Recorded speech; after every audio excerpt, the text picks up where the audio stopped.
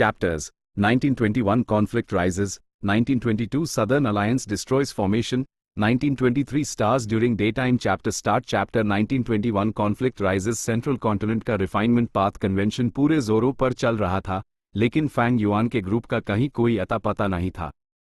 Fang yuan ने इतनी तेजी से पीछे हटने का ऑर्डर दिया था कि पांचों रीजन्स के गू इमॉर्टल्स को ऐसा लगने लगा जैसे अभी थोड़ी देर पहले हुई मारकाट असली थी ही नहीं।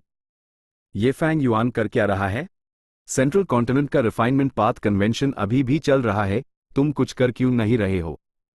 तुम लिटिल डेमन वेनरेबल हो, अपने नाम की इज्जत तो रखो। चारों रीजन्स की सुपर फोर्सेस बहुत बेचैन थी और शिकायतें कर रही थी। वो चाहती थी कि फैंग युआन अटैक करे और उनके लिए जंग में आगे बढ़कर चार्ज करे। लेकिन फैंग युआन, जो हमेशा से हेवनली कोर्ट के खिलाफ था, अब बिल्कुल गायब हो गया था। वो कहीं छिपा हुआ था और दिखाई नहीं दे रहा था। जैसे जैसे दिन बीत रहे थे, चारों रीजन्स की फोर्सेस के मन में उसके लिए गुस्सा सा पैदा होने लगा था। वो बस देखते जा रहे थे कि सेंट्रल कॉन्टिनेंट का रिफाइनमेंट पाथ कन्वेंशन आगे बढ़ता जा रहा है और हर तरह के रिफाइनमेंट पाथ के मास्टर्स कंपटीशन में तरक्की कर रहे थे। सेंट्रल कॉन्टिनेंट में टेस्ट लोकेशंस की संख्या भी काफी कम हो गई थी। ए फ्लैट हर एरिया की सुरक्षा के लिए हेवनली कोर्ट ने कई सेंट्रल कॉन्टिनेंट गू इमॉर्टल्स को तैनात कर दिया था। इस सिचुएशन में फैंग युआन ने फिर से ऑर्डर दिया। बाय निंग बिंग, बिंग युआन और बीस्ट कैलेमिटी ग्रोटो हेवन के गू इमॉर्टल्स जैसे कई इमॉर्टल्स एक्शन में आ गए। Central continent, Shanwu mountain range. Bai Ningbing, तुमने बहुत पाप किए हैं, तुम्हें इसका अंजाम जरूर मिलेगा। स्पिरिट एफिनिटी हाउस की एक फीमेल इमॉर्टल यहां पहरा दे रही थी, उसने भागने से पहले ये कहा। बाय निंग बिंग ने ठंडी सांस छोड़ते हुए कहा, भागी तो बड़ी तेजी से। Shanwu mountain range spirit affinity house का एक बहुत बड़ा रिसोर्स पॉइंट था। ये एक बहुत बड़े एरिया में फैला हुआ था और सभी जानते थे कि ये इमॉर्टल मटेरियल्स का खजाना है। इंतजार करने से प्रॉब्लम बढ़ेगी, मुझे जल्दी काम करना चाहिए। बाय निंग बिंग ने यूएस जगह को लूटना शुरू कर दिया।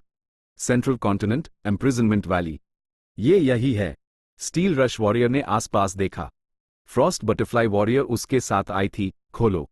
जैसे हाई किलर मूव इस्तेमाल हुआ, उनके सामने एक फॉर्मेशन आ गया। Transformation. Beast calamity grotto heaven के दोनों रैंक 7 गू इमॉर्टल्स ने अपने सबसे माहिर मेथड को इस्तेमाल करने में जरा भी हिचकिचाहट नहीं दिखाई। एक सांड के सर और इंसानी जिस्म वाले एक विशाल रूप में बदल गया, जबकि दूसरी एक छोटी सी तितली नुमा इंसान बन गई जिससे ठंडी एनर्जी निकल रही थी। जैसे हाई इमॉर्टल किलर मूव्स इस्तेमाल हुए, फॉर्मेशन थोड़ी देर तक टिकने के बाद टूट गया। सदर्न थॉर्न्स, पूरी घाटी इमॉर्टल मटेरियल से बनी है। स्टील रश वॉरियर खुशी से झूम उठा। फ्रॉस्ट बटरफ्लाई वॉरियर ने तो सीधा एक्शन लिया, उसने सदर्न थॉर्न्स को फ्रीज किया और तेजी से लूटने लगी। सेंट्रल कॉन्टिनेंट, रेड रिवर बीच। जो सेंट्रल कॉन्टिनेंट गू इमॉर्टल्स वहां पहुंचे, वो गुस्से से लाल थे। वो लेट हो गए थे, उन्हें सिर्फ बर्बादी के निशान दिखे। बीच पर जमा हुए चमकते लाल पत्थर सब उठा लिए गए थे। एकदम सफाचट। फैंग युआन पहले शांति से इंतजार कर रहा था, लेकिन जब उसने अपना मूव चला तो उसने पूरी दुनिया को हिलाकर रख दिया। उसके गू इमॉर्टल्स लगभग सभी निकल पड़े थे, यहां तक कि हैरी मैन गू इमॉर्टल्स को भी भेजे दिया गया था। इन लोगों को फैंग युआन से इंस्ट्रक्शंस माइल थे। उन्होंने अनसाइन अप स्पॉट्स पर अटैक नहीं किया जहां सख्त पहरा था, बल्कि उन्होंने अन रिसोर्स पॉइंट्स को टारगेट किया जिनकी सुरक्षा कमजोर थी। जब भी वो किसी रिसोर्स पॉइंट में घुसते, ये लोग उस पूरी तरह से साफ कर देते। लूटपाट के बाद वो किलर मूव्स इस्तेमाल करके यूएस जगह को ऐसी हालत में छोड़ देते कि उस दोबारा ठीक ना किया जा सके। पाल भर में पूरे सेंट्रल कॉन्टिनेंट में आग लग गई, हर तरह के बड़े रिसोर्स पॉइंट्स लूटे और तबाह किए जा रहे थे। जब भी फैंग युआन किसी एरिया पर कब्जा करने में सफल होता, वो अपनी इस जीत के रिजल्ट्स को ट्रेजर येलो हेवन में पब्लिश कर देता। पांचों रीजन्स के गू इमॉर्टल्स में हंगामा मच गया। फैंग युआन के पास इतने सारे बंदे कैसे हैं? इतने सारे गू इमॉर्टल्स, वो तो एक नॉर्मल सुपरफोर्स से कहीं आगे निकल गया है। उसने कितनी ताकत छुपा रखी है? हैरान होने के बाद उन्हें जलन और तारीफ दोनों महसूस हुई। फैंग युआन के लोगों की बैटल स्ट्रेंथ अलग अलग थी, लेकिन सबसे कमजोर गू इमॉर्टल भी कामयाब हो रहा था। रिफाइनमेंट पाथ कन्वेंशन के लिए सेंट्रल कॉन्टिनेंट ने इन रिसोर्स पॉइंट्स की सुरक्षा को कुछ ज्यादा ही कम कर दिया था। कई ताकतवर गू इमॉर्टल्स सोचने लगे, जब ये वेरिएंट ह्यूमन गू इमॉर्टल्स लूटपाट में सफल हो सकते हैं, तो मैं क्यों नहीं? और कई कमजोर गू इमॉर्टल्स सोचने लगे, ज्यादातर अच्छा माल तो वो एक्सपर्ट्स ले जाएंगे, लेकिन बचा कुचा तो मैं भी ले सकता हूं, है ना? इस तरह पिछली लाइफ की तरह ही चारों रीजन्स के गू इमॉर्टल्स अब और इंतजार नहीं कर पाए, खासकर वो डिमोनिक इमॉर्टल्स और अकेले घूमने वाले कल्टिवेटर्स। इन लोगों ने सेंट्रल कॉन्टिनेंट के आसपास के सभी रिसोर्स पॉइंट्स पर अटैक करना शुरू कर दिया। सेंट्रल कॉन्टिनेंट की हालत तेजी से बिगड़ने लगी। हेवनली कोर्ट फेरी जी वे का चेहरा एकदम काला पड़ गया था। उसका सेल्फ कंट्रोल कितना भी अच्छा क्यों ना हो, रिसोर्स पॉइंट्स के लूटे जाने और बर्बाद होने की खबरें देखकर उसके अंदर गहरा गुस्सा भर गया था। फैंग युआन, उसने दांत पीसते हुए कहा, उससे न चाहते हुए भी एक तेज किलिंग इंटेंट निकल रहा था। ये वही मुजरिम था जिसने सबकी लालच को भड़काया और सेंट्रल कॉन्टिनेंट को बाकी चारों रीजन्स के लिए शिकार का मैदान बना दिया, जिसे आराम से लूटा जा रहा था और जिसे भारी नुकसान हो रहा था। चाहे वो फेरी जी वे हो, ड्यूक लॉन्ग या कीन डिंगलिंग, वो सब लाचार थे। सेंट्रल कॉन्टिनेंट बहुत बड़ा था और वो बीच में था, बाकी चारों रीजन से घिरा हुआ। उनके पास गू इमॉर्टल्स बहुत कम थे, वो हर रिसोर्स पॉइंट पर लोगों को नहीं भेजे सकते थे, उनके पास आदमन की सख्त कमी थी। इसने चोरों और डाकुओं को हमला करने का मौका दे दिया। लोगों के दिल बदल गए हैं। कीन डिंगलिंग ने आ भरी। ड्यूक लॉन्ग ने बेपरवाही से कहा, हमारे बड़े मकसद के लिए कुर्बानियां तो जरूरी हैं। हम रिफाइनमेंट पाथ कन्वेंशन पर फोकस करेंगे, यह इमॉर्टल मटेरियल्स छोड़े जा सकते हैं। एक बार फेट गू ठीक हो गया तो हम इनसे 1000 गुना बदला लेंगे। सेंट्रल कॉन्टिनेंट इस वक्त तबाही झेल रहा था। फैंग युआन की टाइमिंग एकदम परफेक्ट थी, उसने बिल्कुल सही वक्त चुना जब हेवनली कोर्ट गू रिफाइनमेंट लोकेशंस की सुरक्षा बढ़ा रहा था। इन मास्टर्स को खोया नहीं जा सकता था क्योंकि इससे सेंट्रल कॉन्टिनेंट के पोटेंशियल पर बुरा असर पड़ता, और इस वक्त उनका नुकसान फेट गू को ठीक करने के लिए घटक होता। फैंग युआन का टारगेट भी परफेक्ट था। जैसे कि शैनवू माउंटेन रंगे जैसी जगहें बहुत बड़ी थी, इसलिए उनकी सुरक्षा नेचुरली कम थी। रही बात इम्प्रिजनमेंट वैली और रेड रिवर बीच की, तो वो उन्हें पिछली लाइफ में लूट चुका था, वो उनके लेआउट और सुरक्षा के इंतजामों को जानता था। उसके इस मेटिकुलस प्लानिंग के साथ फैंग युआन के लोगों का सक्सेस रेट बहुत हाई था। उसकी लूटपाट की आसानी और बड़े फायदों ने बाकी चारों रीजन्स के गू इमॉर्टल्स को लालच दे दी। चारों रीजन्स के गू इमॉर्टल्स ने तेजी से मूव किया और अलग अलग रिसोर्स पॉइंट्स को टारगेट करना शुरू कर दिया। सेंट्रल कॉन्टिनेंट ने अपने सारे रिसोर्स पॉइंट्स नहीं छोड़े थे, कई जरूरी रिसोर्स पॉइंट्स पर एक्सपर्ट्स पहरा दे रहे थे। पाल भर में हर तरफ लड़ाइयां शुरू हो गई। गू इमॉर्टल्स लड़ रहे थे और जैसे ही उन्हें लगता कि कोई एक रिसोर्स पॉइंट कब्जे में करना मुश्किल है, वो समझदारी से उस छोड़कर अगले लोकेशन पर चले जाते। वैसे भी सेंट्रल कॉन्टिनेंट में इतने सारे रिसोर्स पॉइंट्स थे, वो किसी एक जगह पर क्यों नटके रहते। वेस्टर्न डेजर्ट का अर्थ पाथ गू इमॉर्टल शी गैन डांग ने अर्थ ची रॉक फॉरेस्ट को तबाह कर दिया और बहुत सारे राउंडकून स्टोन्स हासिल किए। फॉरगॉटन डाओस्ट ने स्पिरिट बैंक स्प्रिंग वाटर को चुराने में सफलता हासिल की, भले ही उसकी सुरक्षा एंशिएंट सोल सेक्ट का एक्सपर्ट यांग फंग कर रहा था।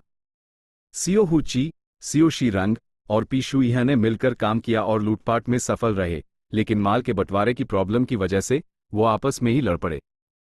सेंट्रल कॉन्टिनेंट जे हैगडन और लड़ाइयों से भरा हुआ था, पूरी तरह से केओस था। फेरी जी वे हेवनली कोर्ट में ही रही, उस लग रहा था कि दिन सालों जैसे बीत रहे हैं। आखिर में ओल्ड मैन झेंग युआन ने कहा, हमने अब काफी ह्यूमन विल इकट्ठा कर ली है, हम पहला ह्यूमन पाथ किलर मूव इस्तेमाल कर सकते हैं। फेरी जी वे खुश हो गई, उसने जल्दी से उनसे मूव इस्तेमाल करने को कहा। ओल्ड मैन झेंग युआन ने सर हिलाया, वो लड़खड़ाते हुए खड़ा हुआ और उसके शरीर से एक शानदार और विशाल ऑरा निकलने लगी। Immortal killer move, people's united hearts. जो ह्यूमन विल जमा की गई थी, वो तेजी से खर्च हो गई, लगभग कुछ भी नहीं बचा। उसी समय सेंट्रल कॉन्टिनेंट के गू इमॉर्टल्स, गू मास्टर्स और यहां तक कि आम इंसान भी रोशनी के एक हेली से घिर गए। हला एक पाल के लिए चमका, वो एक इल्यूजन जैसा था। लेकिन सेंट्रल कॉन्टिनेंट के लोगों ने जल्द ही कुछ खास महसूस किया। उनके दिल आपस में जुड़ गए थे, वो एक दूसरे के विचार और एहसास महसूस कर सकते थे। अटैक होने का डर, दोस्तों और परिवार के मरने का दुख और नफरत, अपनी जिंदगी की चिंता और अपने भविष्य के लिए उम्मीदें। इतिहास में पहले कभी सेंट्रल कॉन्टिनेंट के लोग इतने करीब से नहीं जुड़े थे। अनफेटेड स्कॉलर, जो गू रिफाइनमेंट लोकेशन में छिपा हुआ था, पकड़ा गया। उसने बदला लेने में कामयाबी हासिल की और यूएस जगह की सुरक्षा कर रहे सेंट्रल कॉन्टिनेंट गू इमॉर्टल को मार डाला। सदर्न बॉर्डर का सक्लूडेड इमॉर्टल जैन किंग भी एक्सपोज हो गया, लेकिन उसकी सेंट्रल कॉन्टिनेंट या हेवनली कोर्ट से कोई दुश्मनी नहीं थी, उस शराफत से जाने के लिए कह दिया गया। ये human path killer move, people's united hearts, सच में कमाल का है। शेन शांग ने ट्रेजर येलो हेवन का इस्तेमाल करके फैंग युआन से कम्युनिकेट किया। उसका करंट लोकेशन पता नहीं था, फैंग युआन को बस इतना पता था कि वो ईस्टर्न सी छोड़ चुका है और शायद अब सेंट्रल कॉन्टिनेंट में हो सकता है। तुमने क्या समझा? क्या हम इनह्यूमन पाथ किलर मूव्स को रोक सकते हैं? फैंग युआन ने पूछो। उसने अपनी यादों में इनह्यूमन पाथ किलर मूव्स के बारे में सारी इन्फॉर्मेशन पहले हाई शेन शांग को दे दी थी। शेन शांग ने आ भरी। इन किलर मूव्स को बेकार करने के लिए सबसे आसान तरीका है ह्यूमन विल को नाश्त करना। ह्यूमन विल के फाउंडेशन के बिना यह ह्यूमन पाथ किलर मूव्स इस्तेमाल नहीं किए जा सकते। लेकिन मेरा अनुमान है कि ये ह्यूमन विल्स हेवनली कोर्ट में राखी हुई हैं। तो फिर कोई और तरीका? फैंग युआन ने पूछो। शेन शांग ने फिर आ भरी। तो फिर हमें सीधे किलर मूव को हाई तोड़ना होगा। यह बहुत मुश्किल है, मुझे बहुत वक्त लगेगा। चिंता मत करो, मैंने तुमसे वादा किया है, तो मैं अपनी पूरी कोशिश करूंगा। मैं भी एक पूरा फेट गू नहीं देखना चाहता। फैंग युआन सब्र से इंतजार करता रहा। वू योंग ने सदर्न अलायंस के इमॉर्टल्स को लीड किया और वो हेरी फुट माउंटेन पर प्रकट हुए। मेरे पीछे आओ, चलो इनफैलेबल ब्लेस्ड लैंड को तबाह कर दे, सारे सक्सेस डाउ मार्क्स ले और हेवनली कोर्ट को हार का स्वाद चखाएं। वू योंग ने ऐलान किया। हम लॉर्ड अलायंस लीडर के साथ हैं। सदर्न अलायंस के इमॉर्टल्स ने एक साथ कहा। उनका जोश हाई था जब वो उसके पीछे चले। हेवनली कोर्ट को इसकी खबर तुरंत मिल गई। फेरी जीवे का चेहरा गंभीर था और उसकी ऊँग में ठंडी रोशनी चमक रही थी। यह वू योंग। वू योंग निकल चुका है। लॉन्जेविटी हेवन भी एक्शन लेने वाला है। अब मेरे मूव चलने का टाइम आ गया है। खबर मिलने के बाद फैंग युआन मुस्कुराया और ये टियन माउंटेन के पास प्रकट हुआ। Chapter 1922 southern alliance destroys formation मिरियडियर फ्लाइंग वॉरशिप आसमान में तैर रहा था। फैंग युआन ने मुस्कुराते हुए अपने सामने के फॉर्मेशन को देखा। वो फिर से ये टियन माउंटेन पहुंच गया था। इस बार वो यहां से सारे ड्रीम रेल्म्स जरूर ले जाएगा। यह टाइमिंग सच में कमाल की थी। पहली बात, वू योंग ने सदर्न अलायंस के एक्सपर्ट्स को सेंट्रल कॉन्टिनेंट में घुसपैठ करने के लिए लीड किया था। सदर्न बॉर्डर इस वक्त सबसे कमजोर था। दूसरी बात, बड़ी जंग अभी शुरू ही हुई थी। ये शायद फैंग युआन के लिए आखिरी फुर्सत का दौर था। पिछली लाइफ से अलग, इस बार सारी पहल मेरे हाथ में थी। मैंने हेवनली कोर्ट को बार बार हराया है। मेरे पुनर्जन्म का राज सबको पता है। हेवनली कोर्ट के पास इसका तोड़ जरूर होगा। उनके इंतजाम पिछली लाइफ से अलग होंगे। मुझे चारों रीजन्स के गू इमॉर्टल्स को पहले हमला करने देना चाहिए, जबकि मैं उनके नए मेथड्स को ऑब्जर्व करूंगा। फैंग युआन को सिचुएशन पर पूरी पकड़ थी। इस पॉइंट पर फैंग युआन का रीबर्थ एडवांटेज ZYA डटार खत्म हो चुका था। उसकी पिछली लाइफ की यादें हेवनली कोर्ट जैसे विशाल फोर्स के खिलाफ भरोसेमंद नहीं थी। हेवनली कोर्ट इतना बेवकूफ नहीं था कि वो कोई बदलाव न करे। अगर फैंग युआन सबसे आगे आक्रमण करता तो वो कभी ना खत्म होने वाली लड़ाइयों में फंस जाता, लड़ने से बच ही नहीं पाता। हो सकता है कि इस प्रोसेस में वो मर भी जाता। आखिरकार हेवनली कोर्ट की नींव का कोई अनुमान नहीं लगा सकता था। फैंग युआन यह शो नहीं था कि उसकी यादों में वेनरेबल मेथड्स हाई उनके पीछे छोड़े गए सारे मेथड्स थे। Immortal killer move, refinement formation rain. आसमान से बारिश होने लगी जो धीरे धीरे फॉर्मेशन के अंदर घुसने लगी। फॉर्मेशन में सुरक्षा के लिए गू इमॉर्टल्स आमतौर पर थे। गू इमॉर्टल्स घबरा गए। फॉर्मेशन यूज रोक नहीं पा रहा था। बाहरी हिस्सा पहले हाई फैंग युआन ने रिफाइन कर लिया था। भाले हाई ये फॉर्मेशन ची कुयो ने बनाया था। फैंग युआन ने गुप्त रूप से उसके साथ ड्रीम रेल्म ट्रांजैक्शंस किए थे। यूसेस फॉर्मेशन के बारे में काफी इंफॉर्मेशन मिल गई थी। फैंग युआन का फॉर्मेशन पाथ और wisdom path attainment refinement formation rain के साथ मिलकर इस फॉर्मेशन का पूरा तोड़ था। ये शैतान फैंग युआन ने सेंट्रल कॉन्टिनेंट पर अटैक नहीं किया, वो सदर्न बॉर्डर वापस आ गया। मैं क्या करूं? मदद मांगे? हमारे रैंक 8 गू इमॉर्टल्स सब लॉर्ड वू योंग के नेतृत्व में सेंट्रल कॉन्टिनेंट जा चुके हैं।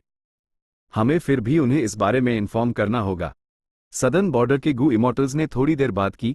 किसी में फैंग युआन से लड़ने की हिम्मत नहीं थी, लेकिन उनके पास कोई मदद भी नहीं थी। उन्हें इमॉर्टल फॉर्मेशन का इस्तेमाल करना पड़ा और उसमें बदलाव करने पड़े।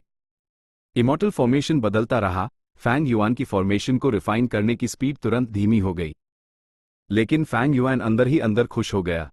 ये फॉर्मेशन जितना बदलेगा उतना ही वो इसके अंदर की गहराइयों को समझ पाएगा। लाइट ऑफ विजडम की मदद से वो इन सारे राजों को आसानी से समझ सकता था।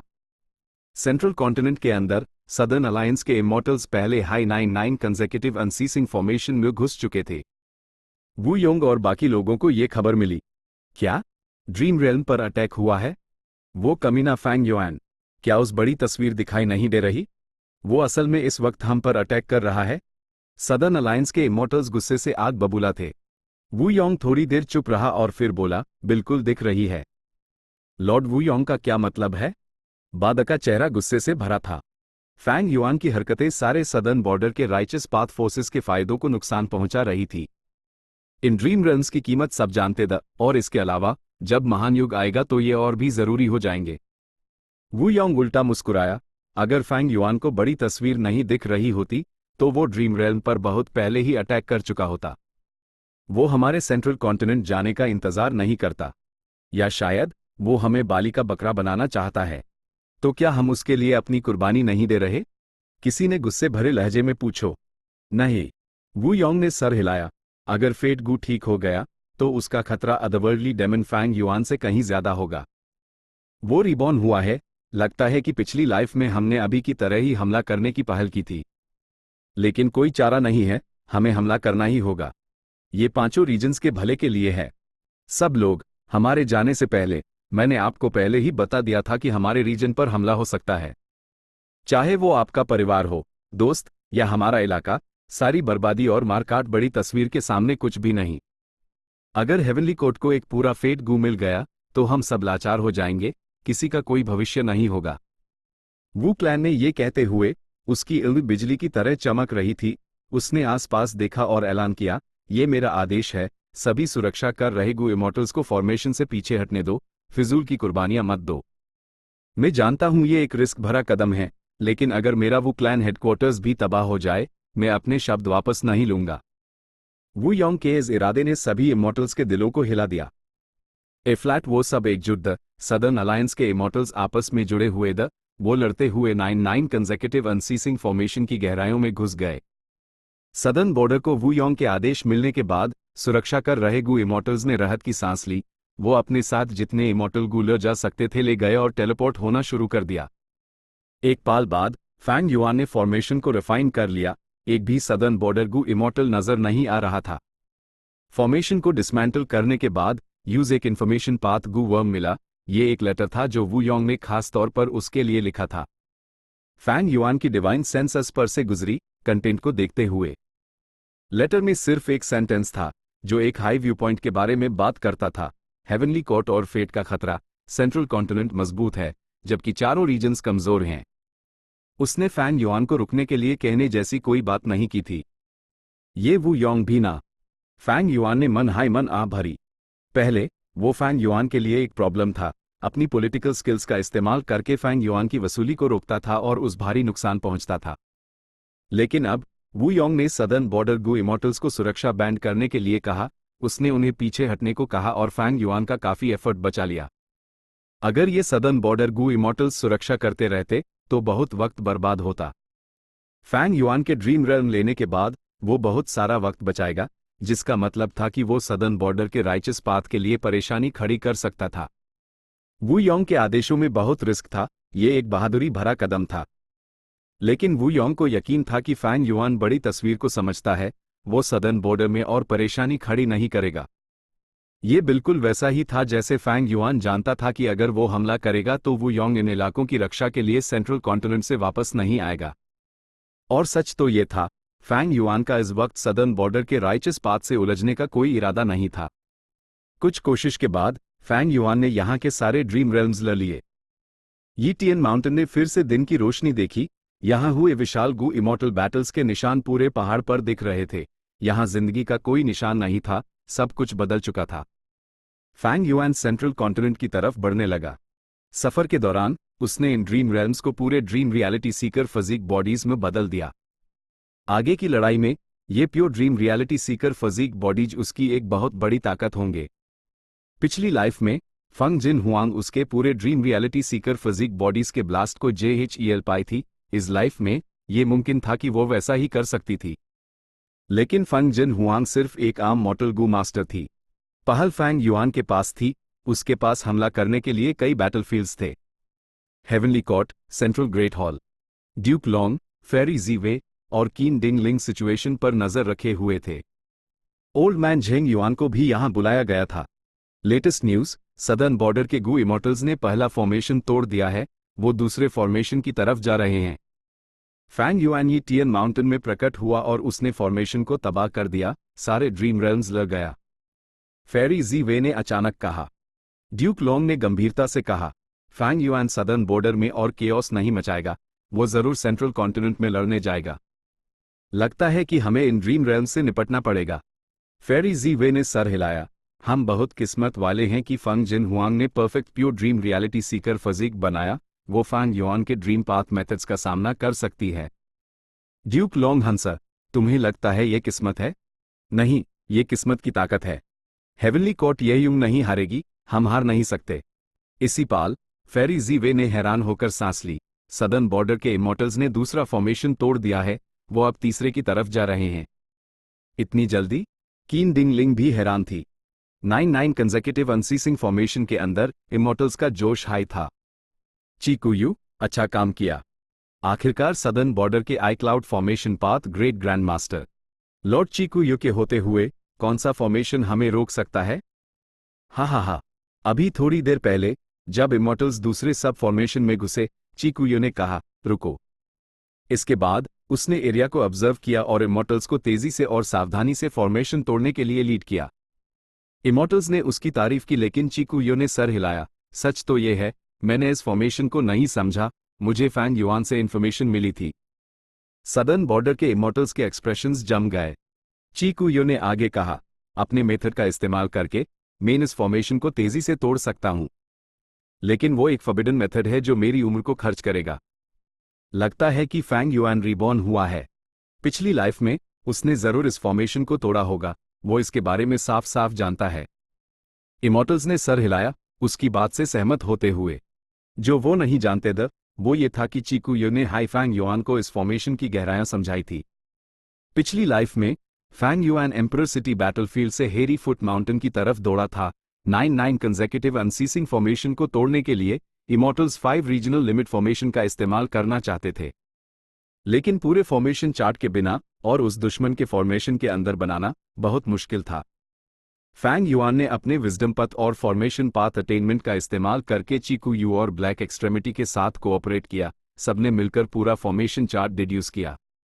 इस प्रोसेस के दौरान चीकुयू ने फैंग युआन और ब्लैक एक्सट्रेमिटी को पहले के फॉर्मेशंस तोड़ने के अपने अनुभवों के बारे में समझाया ताकि वो 9 कंसेक्यूटिव अनसीसिंग फॉर्मेशन को समझ सके। जब से वू योंग ने सदर्न बॉर्डर के इमॉर्टल्स को पीछे हटने के लिए कहा, ज्यादा ईमानदारी और दृढ़ता दिखाते हुए फैंग युआन अब उन्हें गाइड करके एहसान चुका रहा था। इस सिचुएशन के बारे में जानने के बाद वू योंग का एक्सप्रेशन थोड़ा कॉम्प्लेक्स था जब उसने आह भरी, लगता है कि फैंग युआन पहले हाई सेंट्रल कॉन्टिनेंट पहुंच चुका है। फैंग युआन वू योंग को समझता था, लेकिन वू योंग भी फैंग युआन को समझता था। उन दोनों के बीच एक अजीब सी समझ थी। भले हायाम दिनों में वो एक दूसरे को मरता देखना चाहते थे। सच तो ये था, पिछली लाइफ में 9 कंसेक्यूटिव अनसीसिंग फॉर्मेशन को तोड़ने के लिए फैंग युआन ने सदर्न अलायंस से ड्रीम रेल्म्स भी मांगे थे। वू योंग ने बिना हिचकिचाए तुरंत हाँ कर दी थी। फैंग युआन को सदर्न बॉर्डर वापस ट्रांसपोर्ट किया गया, डिफेंसिव फॉर्मेशन खोला गया और वो ड्रीम रेल्म्स ले जाने में कामयाब रहा। लेकिन बाद में जब फैंग युआन ने उन्हें पूरे dream reality seeker physique bodies में बदला, फंग जिन हुआंग ने उनका सामना किया और वो 9 कंसेक्यूटिव अनसीसिंग फॉर्मेशन को तोड़ने में नाकाम रहा। फैंग युआन के गाइडेंस का इस्तेमाल करके सदर्न अलायंस के इमॉर्टल्स ने 2 और फॉर्मेशंस तोड़ दिए, उनकी एफिशिएंसी कमाल की थी। हेवनली कोर्ट ने आखिरकार टाइम पर रिएक्ट किया। फेरी जी वे ने माथे पर बाल डाले और काउंटरमेजर के बारे में सोचा जब अचानक हेवनली कोर्ट के ऊपर एक रेनबो लाइट प्रकट हुई। चमकती रोशनियां हर तरफ फैल गई। Rank 8 immortal gu house calamity luck alter अंदर से तेजी से निकला। हेवनली कोर्ट, हम आ गए, बिंग साई चुवान ने पूरे जोश के साथ पुकारा। हम इंतजार ही कर रहे थे। कीन डिंगलिंग धीरे से खड़ी हुई। Chapter 1923 stars during day time heavenly court. रंगीन रोशनियों ने आसमान को भर दिया। एक विशाल रैंक 8 इमॉर्टल गू हाउस अंदर से उड़ता हुआ निकला। इसमें ऑल्टर्स के 3 फ्लोर्स थी, शानदार और मैग्निफिशिएंट। हर फ्लोर को कई पिलर्स सपोर्ट कर रहे थे, जिनकी सफेद जड़े की रेलिंग्स थी और चमकती हुई ऑरोरा थी। ये नज़ारा यूं को चौंधिया देने वाला था। Calamity luck altar. Qin Ding लिंग ने अपनी सिकुड़ती हुई यूं से देखा, उसका एक्सप्रेशन कॉम्प्लेक्स था। वो अस इमोर्टल गू हाउस को देख रही थी जिसे जायंट सन इमोर्टल वेनरेबल ने खुद बनाया था, लेकिन वो अब इस दुनिया में नहीं था।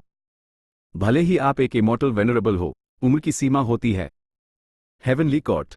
दूसरी तरफ कैलेमिटी लक ऑल्टर में बिंग साई श्वान जोश से कांप रहा था। आखिरकार उसने इस जगह पर हमला कर ही दिया, अस महान प्लान को शुरू करते हुए जो जायंट सन इमोर्टल वेनरेबल ने यूज सौंपा था, फेट गू पर कब्जा करना और डेस्टिनी गू को रिफाइन करना। हम सच में अंदर आ गए। साथ आया 5 एलिमेंट्स ग्रैंड मास्टर बहुत हैरान और आश्चर्यचकित था। क्या हेवनली कोर्ट की डिफेंस सच में इतनी कमजोर है? बिल्कुल नहीं, बुल डेमन ने गहरी आवाज में समझाया। ये हमारे एंसेस्टर जायंट सुन का इंतजाम है। उस जमाने में गोल्डन हुप ग्रेट इमोर्टल ने हमारे एंसेस्टर को हेवनली कोर्ट आने का न्योता दिया था, दिखावे के लिए ये कहते हुए कि वो एंसेस्टर जायंट सुन को हेवनली कोर्ट में शामिल करना चाहता है। उसी वक्त एंसेस्टर जायंट सुन ने गुप्त रूप से ये इंतजाम कर दिया था, इसे भविष्य के लिए छोड़कर। 5 एलिमेंट्स ग्रैंड मास्टर ये सुनकर अंदर से हैरान हुए बिना नहीं रह सका। जायंट सन इमोर्टल वेनरेबल की स्ट्रेटजी इतनी पहले से प्लान की गई थी और वो असल में इतने दूर भविष्य में उसका इस्तेमाल कर पाया। चलो हम इस रास्ते का इस्तेमाल करेंगे जो लिमिटलेस डेमन वेनरेबल ने पहले हमला करते वक्त बनाया था। हम सेंट्रल ग्रेट हॉल पर हमला करेंगे, हेवन ओवरसीइंग टावर पर चढ़ेंगे और फेट गू पर कब्जा करेंगे। जैसे हाइबिंग साई चुवान ने आदेश दिया, आसपास की रंगीन रोशनियां तेजी से बदली।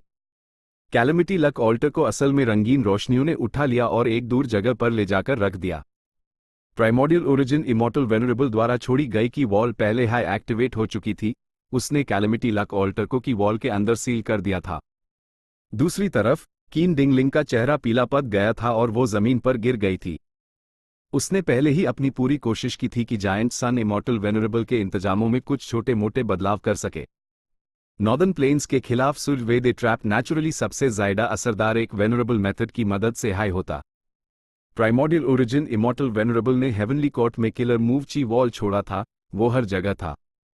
जब 3 डेमन वेनरेबल्स ने हेवनली कोर्ट पर हमला किया तो उन्होंने 3 ऐसे रास्ते बनाए जिन पर कोई की वॉल नहीं था, लेकिन बाकी सारे एरियाज ची वॉल से भरे हुए थे। कीन डिंगलिंग ने अपनी पूरी मेहनत से कैलेमिटी लक ऑल्टर को की वॉल के अंदर रिलोकेट कर दिया। पाल भर में कैलेमिटी लक ऑल्टर स्थिर हो गया, उस हर दिशा से भारी दबाव का सामना करना पड़ रहा था। फेरी जी वे ने जल्दी से कीन डिंगलिंग को उठने में मदद की और तारीफ करते हुए कहा, सीनियर, ये सब आपकी वजह से हुआ। कीन डिंगलिंग ने आह भरी और गंभीर लहजे में कहा, सोचने वाली बात है कि जागने के बाद इतनी मेहनत करने के बाद भी मैं उनके मेथड को बस थोड़ा सा ही हिला पाए। अफसोस। ड्यूक लॉन्ग धीरे से शांत चेहरे के साथ चला, चलो अपने मेहमानों का स्वागत करने का वक्त हो गया है। कमीन, हेवनली कोर्ट को पता था कि हम हमला करने वाले हैं, उन्होंने इसका फायदा उठाकर एक जाल बिछाया। बिंग साई चुवान का चेहरा बदल गया, राख जैसा हो गया। जिस सरप्राइज अटैक का वो इतने लंबे समय से इंतजार कर रहा था, वो शुरू होते ही उसके हाथ से सिचुएशन निकल गई। उसने अपनी पूरी ताकत से कैलेमिटी लक ऑल्टर को कंट्रोल किया, लेकिन किलर मूव ची वॉल बहुत मजबूत था। भाले हाई रैंक 8 इमोर्टल गू हाउस ऐप घूंघे की स्पीड से हिल सकता था। सबसे निराशा की बात यह थी कि की वॉल में खुद को ठीक करने की एक मजबूत शक्ति थी। जैसे जैसे कैलेमिटी लक ऑल्टर आगे बढ़ता, उसके पीछे की वॉल ठीक होकर जुड़ जाती।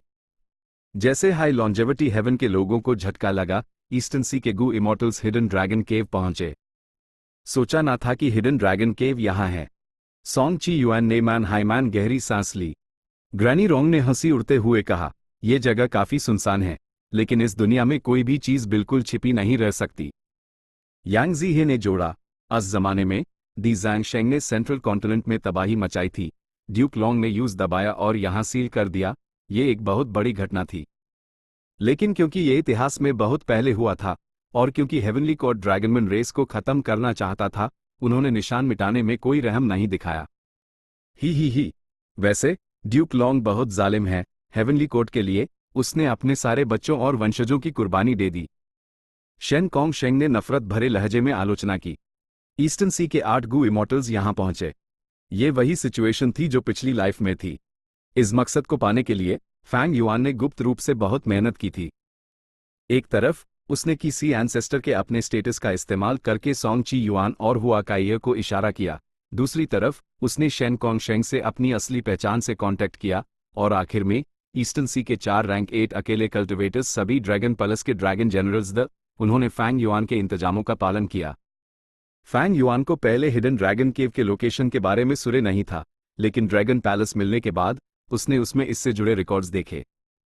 उस जमाने में जब ड्यूक लॉन्ग ने दी ज़ैंग शेंग को दबाया था, ड्रैगनमैन रेस ने भी मेहनत की थी। ये गुप्त जानकारी मिलने के बाद फैंग युआन ने इसे 4 ड्रैगन जनरल्स के जरिए फैलाया, जिससे अलग अलग ईस्टर्न सी गू इमॉर्टल्स के फैसलों पर असर पड़ा। ईस्टर्न सी के ये रैंक 8 गू इमॉर्टल्स सदर्न अलायंस और लॉन्जेविटी हेवन से अलग थे। उनमें रिस्क लेने का कोई हिम्मत वाला जज्बा नहीं था। इस लाइफ में उनका ड्रैगन पैलेस हासिल करने का कोई मजबूत इरादा नहीं था। इसलिए फैंग युआन ने उन्हें दी ज़ैन शेंग को हिडन ड्रैगन केव से आज़ाद करने और हेवनली कोर्ट के लिए मुश्किलें पैदा करने के लिए मोटिवेट किया। एक बार दी ज़ैन शेंग आज़ाद हो गया तो पूरी दुनिया हिल जाएगी, खून की नदियां बहेंगी, जीव मर जाएंगे। In eastern C goo immortals को लड़ने की जरूरत ही नहीं पड़ेगी। एक बार सेंट्रल कॉन्टिनेंट का ध्यान भटक गया और उन्होंने दी ज़ैंग शेंग से निपटने के लिए गू इमॉर्टल्स भेजे, तो वो कहीं और कमजोर हो जाएंगे। ईस्टर्न सी के गू इमॉर्टल्स के पास एक बेहतरीन मौका होगा। एक और फायदा था, दी ज़ैंग शेंग सेंट्रल कॉन्टिनेंट के आम लोगों को टारगेट करके हमला करेगा। वो जितने ज्यादा लोगों को मारेगा, सेंट्रल कॉन्टिनेंट की नींव यूटीएनआई हाई कमजोर होगी। ईस्टर्न सी के राइचस पाथ रैंक 8 अपने स्टेटस के साथ आम लोगों पर हमला नहीं करेंगे, इससे उनकी रेपुटेशन खराब होगी। दी ज़ैंग शेंग से ये गंदा काम करवाना सबसे अच्छा था। वेस्टर्न डेजर्ट के किनारे पर पतली सी रीजनल वॉल उनके सामने थी। पांचों रीजन सच में एक हो रहे हैं। जो रीजनल वॉल्स कभी हमारी मूवमेंट को रोकती थी, वो अब इतनी पतली और कमजोर हो गई हैं। फैंग गोंग ने अपने सामने का नजारा देखा और आह भरी। फैंग युआन का क्लोन फैंग दी चांग फैंग क्लैन में एक ऊंचा स्टेटस रखता था। उसने फैंग क्लैन के पहले सुप्रीम एल्डर और कई वेस्टर्न डेजर्ट सुपर फोर्सेस को एक साथ एक्शन लेने के लिए माना लिया था। ये पिछली लाइफ से कहीं ज्यादा मजबूत ग्रुप था, लेकिन इतने सारे गू इमॉर्टल्स को इकट्ठा करने में बहुत वक्त लगा। वो अभी जाकर हाई जमा हो पाए थे। ओह नहीं, वो ब्लड पाथ डिमोनिक इमॉर्टल मेरे क्लैन में केओस मचा रहा है। ठीक उसी वक्त सन क्लैन ने बुरी खबर दी। एक बिल्कुल नया इमेमोरियल डेसोलेट बीस्ट मेरे क्लैन के ओएसिस पर हमला कर रहा है। मो क्लैन के गू इमॉर्टल को भी बुरी खबर मिली। सब लोग, ये शायद हेवनली कोर्ट की साजिश है। वो हमें रोकना चाहते हैं ताकि हम उन्हें फेट गू को ठीक करने से ना रोक सकें। फैंग दी चांग ने एनालाइज किया। भले ही उसके पास कोई सबूत नहीं था, इन गू इमॉर्टल्स को शांत करने के लिए झूठ बोलना ठीक था। नहीं, मुझे वापस जाना होगा। मैंने पहले ही ऐतराज जताया था जब तुमने हमें निकलने के लिए कहा था। हमारा बेस अब बहुत कमजोर है। मैं आखिरकार सही था। मेरी राय में हमें सेफ खेलना चाहिए। वेस्टर्न डेजर्ट के सारे रिसोर्सेज ओएसिस में हैं। अगर वो तबाह हो गए तो हमारे क्लैंस रिसोर्सेज के सपोर्ट के बिना अपनी नींव खो देंगे। वेस्टर्न डेजर्ट के गू इमॉर्टल्स ने डिस्कस किया। वो पीछे हटना चाहते थे। कमीने, फैंग क्लैन ने डेवलप होने में बहुत वक्त लिया। हमारे पास काफी प्रभाव और अधिकार नहीं है। फैंग दी चांग ने दांत पीसते हुए देखा कि सुन क्लैन और मो क्लैन का एक हिस्सा चला गया। इन दोनों क्लान्स के गू इमॉर्टल्स का नेचर आमतौर पर इतना सख्त नहीं होता। मुझे डर है कि हेवनली कोर्ट इन दोनों क्लैंस से जुदा हुआ है। फैंग दी चांग ने इस वक्त रिएक्ट किया। सन क्लैन और मो क्लैन के एक हिस्से के जाने से बाकी क्लान्स भी जाना चाहते थे, वरना उनका बैलेंस बिगड़ जाता। वेस्टर्न डेजर्ट की गू इमॉर्टल दुनिया फैंग क्लैन के उभरने की वजह से पहले ही केओस में थी। उनके रिश्ते अब तनावपूर्ण थे और कोई एक दूसरे पर भरोसा नहीं करता था। एक और बुनियादी समस्या थी। इतिहास में वेस्टर्न डेजर्ट ने कभी भी सुपर फोर्सेस के बीच कोई बड़े पैमाने पर सहयोग नहीं देखा था। वेस्टर्न डेजर्ट की गू इमॉर्टल दुनिया में इतिहास में कभी कोई दबदबा वाला ओवरलॉर्ड नहीं था, सदर्न बॉर्डर के वू क्लैन या नॉर्दर्न प्लेन्स के लॉन्जेविटी हेवन की तरह। कुछ चर्चा के बाद वेस्टर्न डेजर्ट के गू इमॉर्टल्स का एक हिस्सा अपने बेस वापस लौट गया। बाकी जो बचे वो पिछली लाइफ की संख्या से ज्यादा थे। उन्होंने रीजनल वॉल्स को पार किया और सेंट्रल कॉन्टिनेंट पहुंच गए। Heavenly court. लड़ाई की रिपोर्ट्स तेजी से भेजी जा रही थी। हिडन ड्रैगन केव पर ईस्टर्न सी के रैंक 8 गू इमॉर्टल्स ने हमला किया है। गू इमॉर्टल एलीट्स वेस्टर्न डेजर्ट के किनारे पर दिखे हैं। वो एम्परर सिटी की तरफ बढ़ रहे हैं, फेरी जी वे ने कहा। इस वक्त ड्यूक लॉन्ग धीरे धीरे बैटलफील्ड के फ्रंट से पीछे हटा। कैलेमिटी लक ऑल्टर ची वॉल से घिरा हुआ था। उसके आसपास अब हिलने डुलने के लिए काफी जगह थी। हेवनली कोर्ट के अनगिनत एक्सपर्ट्स अस पर हर दिशा से हमला कर रहे थे। अगर कैलेमिटी लक ऑल्टर जवाबी हमला करता तो ये गू इमॉर्टल्स ची वॉल में पीछे हट जाते और खुद को छिपा लेते, सुरक्षित रहते। कई कोशिशों के बाद बिंग साई चुवान को कैलेमिटी लक ऑल्टर की डिफेंस एक्टिवेट करनी पड़ी जब वो आगे बढ़ रहे थे। हेवनली कोर्ट के गू इमॉर्टल्स की रुकावट की वजह से कैलेमिटी लक ऑल्टर मुश्किल से धीरे धीरे आगे बढ़ पा रहा था। ड्यूक लॉन्ग के पास ज्यादा कुछ करने को नहीं था। हेवनली कोर्ट में बैटलफील्ड पहले ही सुरक्षित हो चुका था, लॉन्जेविटी हेवन फंस चुका था और वो आखिरकार हार जाते। ड्यूक लॉन्ग ने फेरी जी वे की रिपोर्ट्स सुनी और शांति से कहा, चीसी एंसेस्टर और फैंग युआन, क्या उन्होंने अभी तक कोई मूव नहीं किया? फिलहाल कुछ नहीं। फेरी जी वे ने सर हिले। जिन दो लोगों से ड्यूक लॉन्ग सबसे ज्यादा चौकन्ना था, वो ये दोनों थे। चीसी एंसेस्टर के पास अद्वितीय शक्ति थी, वो ड्यूक लॉन्ग का मुकाबला कर सकता था और ऐसा कोई था जिस पर ड्यूक लॉन्ग को अपना ध्यान केंद्रित करना था। वहीं दूसरी तरफ, भले हाई फैंग युआन का रैंक 7 कल्टिवेशन लेवल था, उसने रेड लोटस डेमन वेनरेबल की असली विरासत पाई थी, उसके पास कोई शक्तिशाली मेथड हो सकता था, उससे सावधान रहने की जरूरत थी। चीसी एंसेस्टर का रवैया साफ नहीं है। वहीं दूसरी तरफ, जब से फैंग युआन ने सदर्न बॉर्डर के ड्रीम रेल्म्स छीन हैं, वो गायब हो गया है। उसके पास अब बहुत सारे ड्रीम रेल्म्स हैं। फेरी जी वे ने धीरे से कहा, वो इस पर और एनालाइज करने जा रही थी। तुम्हारा क्या प्लान है? ड्यूक लॉन्ग ने यूज बीच में टोका। फेरी जी वे ने कहा, मेरा प्लान फॉर्मेशन को एक्टिवेट करने और बाहरी दुश्मनों का सामना करके फैंग युआन को बाहर निकलने का है। एक ही सी एंसेस्टर भी है जो शायद हमसे लड़ सकता है, हमें उन्हें एक्शन लेने के लिए मजबूर करना होगा। ड्यूक लॉन्ग ने सोचा और फिर सर हिलाया, ठीक है, हमें पहल करनी होगी। अगर हम इस लड़ाई में अपना दबदबा कायम कर पाए, तो पांचों रीजन्स की इस केओटिक युग से निपटना बहुत आसान हो जाएगा। फेरी जी वेई जल्दी से चली गई और एक फॉर्मेशन के सेंट्रल एरिया में बैठ गई। उसने फॉर्मेशन को एक्टिवेट किया और स्टार कॉन्स्टलेशन चेसबोर्ड को रिलीज किया। चेसबोर्ड हवा में तैरने लगा और अपने आप घूमने लगा, जुगनुओं जैसे अनंत स्टेलाइट के कण आसमान में उड़े, फॉर्मेशन में प्रवेश करते हुए। सेंट्रल कॉन्टिनेंट के लोगों ने जल्द ही एक अजीब घटना देखी। कई लोगों ने आसमान की तरफ इशारा किया और चिल्लाए, जल्दी देखो, वहां स्टेलाइट है, दिन के उजाले में असल में सितारे हैं। ये क्या हो रहा है? फैंग दी चांग अभी अभी रीजनल वॉल पार करके आया था जब उसने ऐसा नजारा देखा। हेवनली कोर्ट ने एक्शन लिया है। ये मेरी पिछली लाइफ में नहीं हुआ था। फैंग युआन भी सेंट्रल कॉन्टिनेंट पहुंच चुका था, वो माथे पर बाल डाले चुपचाप आसमान को देख रहा था। हेवनली कोर्ट ने सच में कुछ नया तैयार किया था। इस पल सेंट्रल कॉन्टिनेंट के आसमान में तेज रोशनियां चमक रही थी, दिन में सितारे निकल आए थे, स्वर्ग और पृथ्वी को रोशन करते हुए। Chapter 1924 flash whip immortal central continent hidden dragon cave. ये क्या हो रहा है? ईस्टर्न सी के 8 गू इमॉर्टल्स ने आसमान में बदलाव देखा। दिन दहाड़े सेंट्रल कॉन्टिनेंट का आसमान सितारों से ढक गया था जो तेजी से चमक रहे थे। ये शायद हेवनली कोर्ट का कोई मेथड है, लेकिन हमें नहीं पता कि इसका क्या असर है। किंग युआन ने चिंता से कहा, डरने की क्या बात है? जब आएगा तब देखेंगे। हमारी इस फोर्स के सामने हमें कौन रोक सकता है? जब तक हेवनली कोर्ट अपनी मेन फोर्सेस को हमसे लड़ने ना भेजे दे। यांग जी हे जोर से हंसा। सही बात है। किंग युआन की चिंता थोड़ी कम हुई। इस सिचुएशन में हेवनली कोर्ट फेट गू को ठीक करने पर फोकस कर रहा था, हिडन ड्रैगन केव तो बड़ी तस्वीर का एक छोटा सा कोना था। अगर हेवनली कोर्ट ने ईस्टर्न सी के गू इमॉर्टल्स को रोकने के लिए अपनी मेन फोर्सेस यहां भेजे दी, तो वो बड़ी प्रॉब्लम्स को नजरअंदाज कर रहे होंगे। ये एक बहुत बुरा फैसला होता।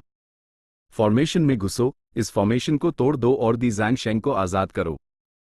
वो दुनिया में केओस मचाएगा, तब हमें अपना मौका मिलेगा। यांग जी हे ने बिना कोई शक पैदा किए उन्हें उकसाया। थोड़ा इंतजार करते हैं। जब हमें एक्शन लेना ही है, तो अभी जल्दी क्या है?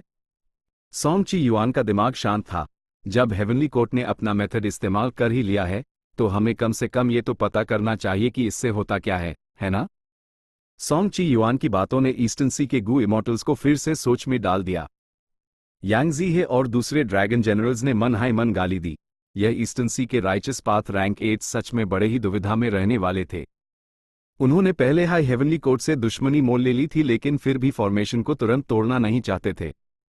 वो इस अजीब सितारों से भरे आसमान के बारे में इसलिए चिंतित थे क्योंकि उन्हें अपनी सुरक्षा की बहुत ज्यादा फिक्र थी।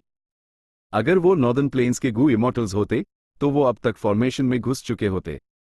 कोई हैरानी की बात नहीं कि ईस्टर्न सी के गू इमॉर्टल वर्ल्ड के पास सबसे ज्यादा दौलत होने के बावजूद वो दबा हुआ रहता है और दूसरे रीजन्स के गू इमॉर्टल्स का सामना नहीं कर पाता। फैंग युआन नहीं चाहता था कि ये गू इमॉर्टल्स बाहर इंतजार करें। 4 ड्रैगन जनरल्स ड्रैगन प्लस के गुलाम द वो बिना शक के वफादार थे। उनमें से ग्रानी रोंग ने मुस्कुराते हुए कहा, अगर ये मेथड अभी अभी बना है और इसके असर करने में 3 दिन लगते हैं, तो क्या हम यहाँ 3 दिन तक इंतजार करेंगे? ये सोंग ची युआन और बाकी सब अनिश्चित थे। लेकिन इसी पाल आसमान से विशाल स्टेलाइट के पिलर्स तेजी से नीचे आए। लाइट के पिलर्स नीले रंग की रोशनी में चमक रहे थे। ये एक शानदार नजारा था। 10 से ज्यादा लाइट पिलर्स एक साथ नीचे आए और उन्होंने सभी 8 ईस्टर्न सी गू इमॉर्टल्स को घेर लिया। इसके बाद पिलर्स गायब हो गए और हर पिलर की जगह पर एक हेवनली कोर्ट गू इमॉर्टल प्रकट हुआ। ईस्टर्न सी के इमॉर्टल्स के चेहरे बदल गए। एक पाल में उन्हें हेवनली कोर्ट ने घेर लिया था। सिचुएशन एकदम पलट गई थी। तुम रेंगने वाले कीड़ों की हिम्मत कैसे हुई हेवनली कोर्ट को सीएच हैन की? जान फेई जोंग ने ठंडे और दबदबे वाले अंदाज में कहा, तुम सब आज मरोगे। वैन जी होंग ने अपने लाल होठों को चाटा, उससे किलिंग इंटेंट टपक रहा था। जो भी सेंट्रल कॉन्टिनेंट को छेड़ेगा वो मारा जाएगा। कीन सोंग का चेहरा गंभीर था। बहुत हुई बातें, मैं अब हमला करने जा रही हूं। या हेवनली कोर्ट की एक फीमेल इमॉर्टल और इंतजार नहीं कर सकी, वो आगे बढ़ी। उसका शरीर हद से ज्यादा मोटा था। वो एक मांस के गोले की तरह थी जो ईस्टर्न सी गू इमॉर्टल्स की तरफ बेखौफ होकर बढ़ी। ईस्टर्न सी के इमॉर्टल्स एकजुट नहीं थे, वो जल्दी से अलग हो गए। मोती फीमेल इमॉर्टल का निशाना चूक गया। वो गुस्से में चिल्लाई, तुम डरपोकों, भाग क्यों रहे हो? आओ, अपनी मां से 300 राउंड ले दो। फ्लैश विप इमॉर्टल अभी भी इतनी बेसब्र है। एक हेवनली कोर्ट गू इमॉर्टल जो इस फीमेल इमॉर्टल के बारे में जानता था, उसने लाचारी से आह भरी। फ्लैश विप इमॉर्टल आमतौर पर बहुत नर्म और दयालु है, लेकिन जैसे ही वो लड़ाई में उतरती है, वो वैसा ही करती है जैसा अफवाहों में कहा जाता है। कई हेवनली कोर्ट गू इमॉर्टल्स ने हैरानी से देखा। पाल भर में फ्लैश विप इमॉर्टल नाम की फीमेल इमॉर्टल ईस्टर्न सी के 8 गू इमॉर्टल्स का पीछा करने लगी और लगातार गालियां दे रही थी। वो बहुत शोर मचा रही थी। बदतमीज औरत, ज्यादा हवा में मत उड़। किंग यूएन से सह नहीं गया, वो लड़ने के लिए पलटा। फ्लैश विप इमॉर्टल खुश हो गई, आखिरकार कोई तो भगना बैंड किया। बूम! दोनों ने अपने किलर मूव्स इस्तेमाल किए जो आपस में टकराए, जिससे एक घनघोर विस्फोट हुआ। एक बड़ा शॉक वेव फट गया और आसपास के बादलों को बिखेर कर उनका रूप बदल दिया। जल्दी जाओ और लिटिल विप की मदद करो, कीन सोंग ने आदेश दिया। इन गू इमॉर्टल्स में वो सबसे सीनियर था। फ्लैश विप इमॉर्टल भी उसकी जूनियर थी। सेंट्रल कॉन्टिनेंट के इमॉर्टल सब एक साथ आगे बढ़े। उनमें से जू के रथी जो फायर पथ और ट्रांसफॉर्मेशन पाथ कल्टिवेट करती थी। वोटेक्स स्पेस बॉय था जो स्पेस पाथ कल्टिवेट करता था और उसके पास भयानक किलर मूव्स थे। ये कियाओजी, जेड, वू श्वांग, यू जूजी और दूसरे भी वो सब इतिहास के मशहूर हेवनली कोर्ट एक्सपर्ट्स थे। ना सिर्फ हेवनली कोर्ट की तरफ लोग ज्यादा थे, बल्कि उनका कोऑर्डिनेशन भी बेहतरीन था। उन्होंने अपनी लड़ाई की रणनीति बहुत पहले ही बना ली थी। उन्होंने बड़ी ताकत से हमला किया। ईस्टर्न सी के 8 गू इमॉर्टल्स को बार बार पीछे धकेला गया, वो टिक नहीं पा रहे थे। ये एक जाल है, चलो पीछे हटें, सोंग ची युआन ने अपनी पूरी ताकत से चिल्लाया। उसकी बात को दूसरे 3 राइचस पाथ मेंबर्स ने तुरंत मान लिया। दुश्मन अब इतने मजबूत वो जोर जबरदस्ती से नहीं लड़ सकते थे। द 4 ड्रैगन जनरल्स चुप रहे। फैंग युआन के आदेश के बिना वो अचानक पीछे नहीं हटेंगे।